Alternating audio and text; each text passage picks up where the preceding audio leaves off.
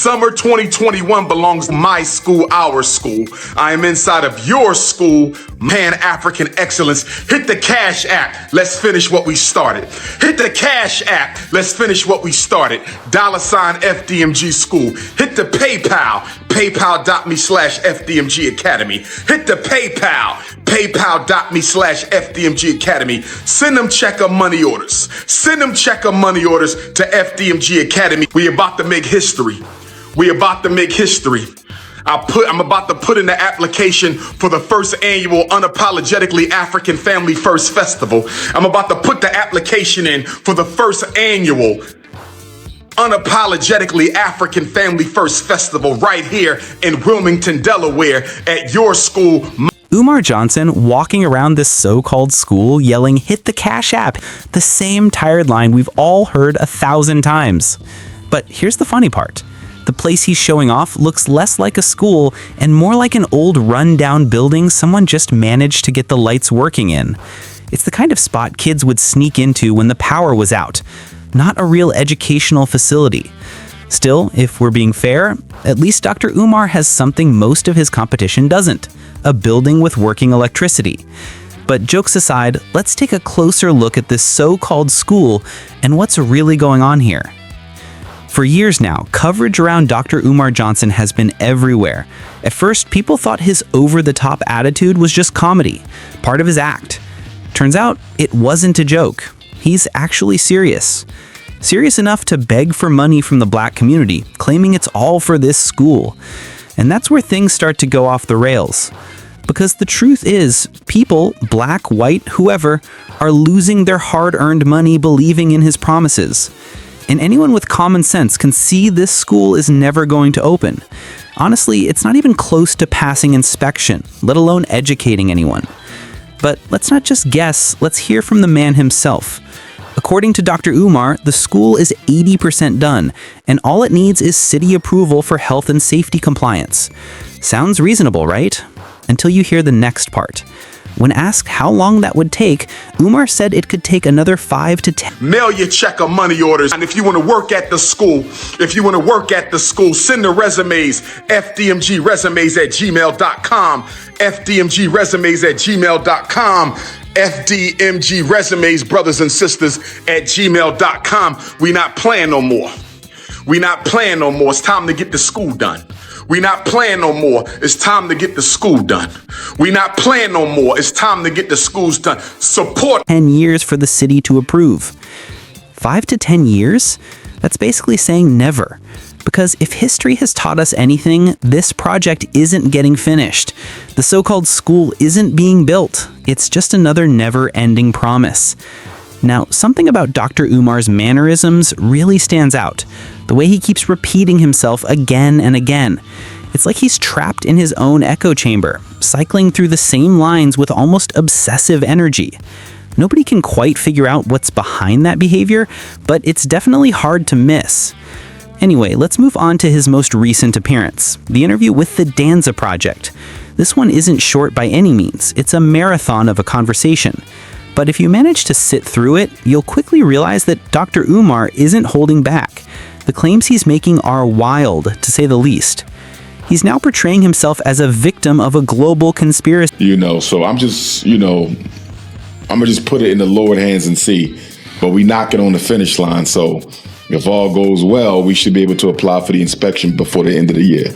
And this is something that most people don't understand in general. Just starting a business is tough, right? And then when you're doing something in the community, it's going to be a lot tougher. When you're dealing with that much square footage, they could find something wrong anywhere. Oh, well, in this corner here. But a lot of people that have never started a business. Insisting that the entire world is working against him. We've already seen how his endless struggle to open this so-called school has gone. And let's be honest, the whole thing looks sketchier with each update. But here's where it gets even more unbelievable. Umar now says that the city itself is blocking the school from opening, as if an entire municipal government decided to single him out. That's when the story starts to sound completely fabricated. Sure, racial profiling is a real issue, no one's denying that. But the situation doesn't fit that narrative at all. What we're seeing here isn't systemic racism. It's a man making excuses. So let's break down this interview piece by piece and see what he's actually saying. Anyone who sits down to interview Dr. Umar already knows the rules. Go easy or the conversation ends before it starts. If anyone dares to ask a real, challenging question, he'll shut it down immediately. Picture this. Someone asks, "Inspections don't take years, Dr. Umar. Either the building passes or it doesn't. The inspectors aren't targeting you because you're black." Any type of education, what it's like, they have no idea. Never opened a school, never ran a school, but they're experts in our school. Yeah. And I don't get into it, but I hear a lot of it because my supporters send me the clips. And I've heard ridiculous things. I heard people say you can get an HVAC for $5,000. That's a $50,000 unit up there, and that was the cheap one. You feel me? Yeah. This is not a house. This is a school. You're not getting no HVAC for no $5,000. You know what I mean? Every utility that we had repaired, plumbing, HVAC, electric, every one cost us well over $100,000. Nothing was under $100K for repair. So when I hear people say he could have got this done for $5,000, you don't know what you're talking about. Yeah. You know what I mean? Most of them don't even know who you are until they arrive. But that kind of honesty doesn't fly with him. The moment the discussion starts to poke holes in his story, he flips the switch and blocks it off. Every single time. And let's be honest, these interviews aren't about truth. They're about clicks and views. When you watch them closely, you start to see the same pattern repeat itself. Every host treats him with kid gloves, asking safe questions, laughing at everything he says, and avoiding anything that might make him uncomfortable. It's all about riding his wave, staying on his good side so the clip goes viral. That's the trade-off. Because the reality is, there hasn't been a single interview that truly challenges Dr. Umar Johnson. Not one. Every conversation plays straight into his narrative, giving him exactly what he wants: a platform without accountability. At this stage, it's getting pretty hard to believe that Dr. Umar actually knows what he's talking about. Let's be real for a second. The man isn't a contractor, he's not managing the construction, and he's definitely not the one buying the materials.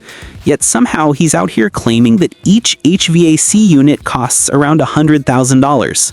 Really? That just doesn't add up. Anyone who's ever done any basic renovations knows those numbers sound ridiculous. My thing is, if you never did it, why are you speaking on it? And if you're not doing anything for the people, why are you speaking on it? See, that's my thing. Definitely I don't think people who don't do work could criticize people who do work. Now, if you're doing the work, you say, look, I built me a relevant institution. You can speak to it because you did it. We're being questioned and criticized by people who do nothing. And that's why I'm so tight-lipped on it, because I'm like, I don't owe you no answers. On top of the fact you never donated, on top of the fact you never drove by there and picked up a piece of trash. Feels like another one of his tall tales. Convenient, exaggerated, and completely detached from reality.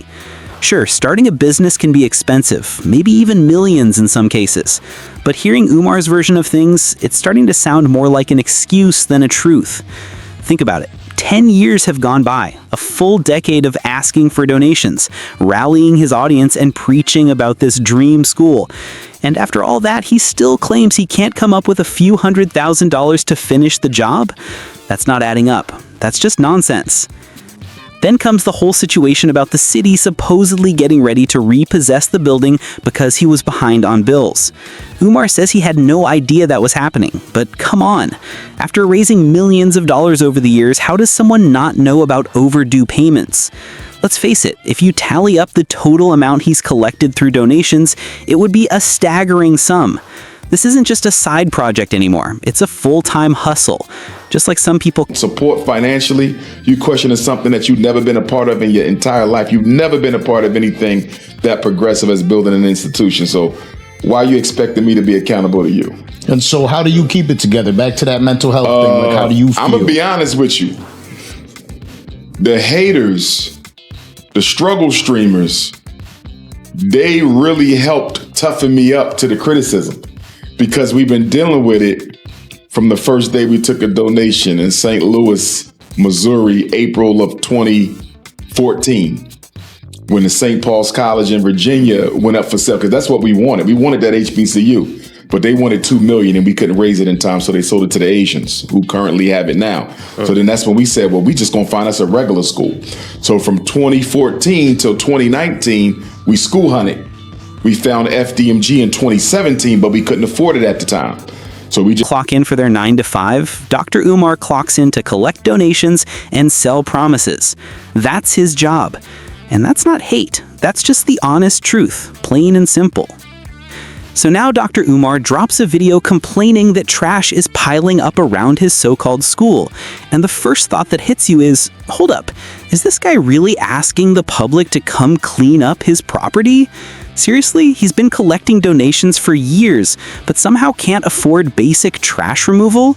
Yet he still wants people to believe this school is on the verge of opening? The fact that he's even talking about garbage tells you everything you need to know. This building isn't a school. It's an abandoned shell that's been gathering dust, cobwebs, and now apparently piles of trash. And instead of taking responsibility, Umar is angry that people are noticing it. If this school were ever going to be real, it would have been finished years ago. But instead of actual progress updates, what we're getting is him ranting about waste management. It's ridiculous. And here's the kicker. The reason he's not addressing the real issues is simple. He doesn't have the funds to fix anything. Or rather, the funds he did collect are long gone, spent elsewhere. Finally, February 2019, they gave it to us. So 5 years to find a school, which in my opinion, that's not a long time to raise the money and find it. 5 years ain't bad at all. And then you go from 19 to 25, right? So you're looking at 6 years of us renovating. It should have only taken us 2 or 3, but there was a lot of scamming going on with the contractors we were using. We really got done dirty by them. You know what I mean? And I didn't want to use Caucasian work because I wanted to keep the money in the community. The people who gave us the money black. I want to keep the project black. Right. But I had to wake up one day and say, yo, if you're waiting on your people to do this for you, it may not get done. And let me put that in context. You're talking about the second smallest state. Then in a twist of pure audacity, Umar turns around and says, you never came to pick up a piece of trash, so why should I give you any information? Excuse me? This is his property. It's his responsibility. But instead of owning up to it, he's scolding the public, the same people who've been bankrolling his so-called dream project for years. So now we're hearing that it supposedly took 5 whole years just to find a school building. 5 years. Let that sink in. And honestly, the more Umar talks about it, the more it sounds like one long, carefully crafted excuse. Think about it. When someone has real money and serious intentions, things move fast. A millionaire doesn't spend half a decade house hunting. They pick what they like, sign the papers, and move in. Done. No waiting game, no endless searching. But somehow in Umar's world, it takes 5 years just to find... Have much to pull from anyway. And then the city of Wilmington requires that your contractors be licensed in the state and licensed in the city. So for example, in Pennsylvania, if you're licensed by the Commonwealth, you can do work anywhere in the state. You got to be licensed in Delaware and then licensed again in Wilmington. You're already dealing with a small pool of available contractors. And then they add that on top. So I say it all the time. We have the best situation in the worst location. And when I say worst location, I'm simply speaking of the limited pool of resources in terms of contractors. A building. That doesn't make sense. The reality is pretty simple. Those 5 years weren't about finding the right property. They were about keeping the donations flowing. The longer the search dragged on, the more reasons he had to ask for more money. And that's exactly what he did. If he really wanted to build something tangible, construction could have started in the first or second year. Renovations could have been underway, especially since he claimed the building structure already existed. But instead, every year brought more speeches, more fundraisers, and zero visible progress. 5 years should have been more than enough to get real results. 10 years is absurd. At this point, it's impossible to believe that money is the only problem. There's something deeper here, something he's not saying, and it's starting to look less like a project and more like a business built on delays. And after everything, years of promises, donations, and excuses, Dr. Umar has the nerve to start criticizing the very people who supported him, the same Black community that believed in his vision, shared his message, and kept his dream alive financially. That's where it really starts to sting. Now he's spinning this story about you to work on a project there. You know, if that same school was in Detroit, Chicago, Philly, we'd be done already. only because you got so many plumbers, you got so many HVAC, you got so many electric. You could go through 30 of them until you hit the right one. But you in the second smallest state, only a handful of black folks, you know what I mean? Yeah. Contractors that you can really, you know, go to. And everybody we used came highly recommended, by the way. We didn't just grab people. These were people say, get him, get them. We got the people we were told to get, and they still didn't do us right. But when the pool is so small and the competition isn't great, it's tough, you know? And we ran into situations where sometimes if I don't take the plumber, the electrician say I can't take the job. You feel me? Because that's my man. Right. So since you're not taking him, I can't do it. I'm like, damn, what that got to do with you? I need this. You know what I mean? So it was a lot of that where I like the electrician, don't like the plumber. I like the HVAC guy. Let's be honest. Shady contractors and supposed scams holding up the project. But let's be real, none of it adds up. Not one bit. He's accusing contractors of being dishonest while at the same time throwing shade at black people and then turning around to depend on white-owned companies to finish his so-called school. The hypocrisy writes itself. You honestly couldn't make this stuff up if you tried. At some point, you've got to stop and say, enough is enough. It's time to wake up. The amount of money Umar has managed to collect over the years from people who genuinely believed in his mission is outrageous. And the sad truth is, the people still donating, still cheering him on, are the ones getting played the hardest. Because let's be honest, his bank account is looking just fine right now. The longer this drags on, the more cash he's pocketing, all while doing nothing for the community that put him there in the first place. It's exploitation disguised as empowerment, and it's gone way too far. Dr. Umar loves to call himself Mr. Pro-Black, but his actions... So, you know, it's networks. Yeah. You know, and you're dealing with a really small city, and you are outsider coming from Philly. I had to deal with some of that too.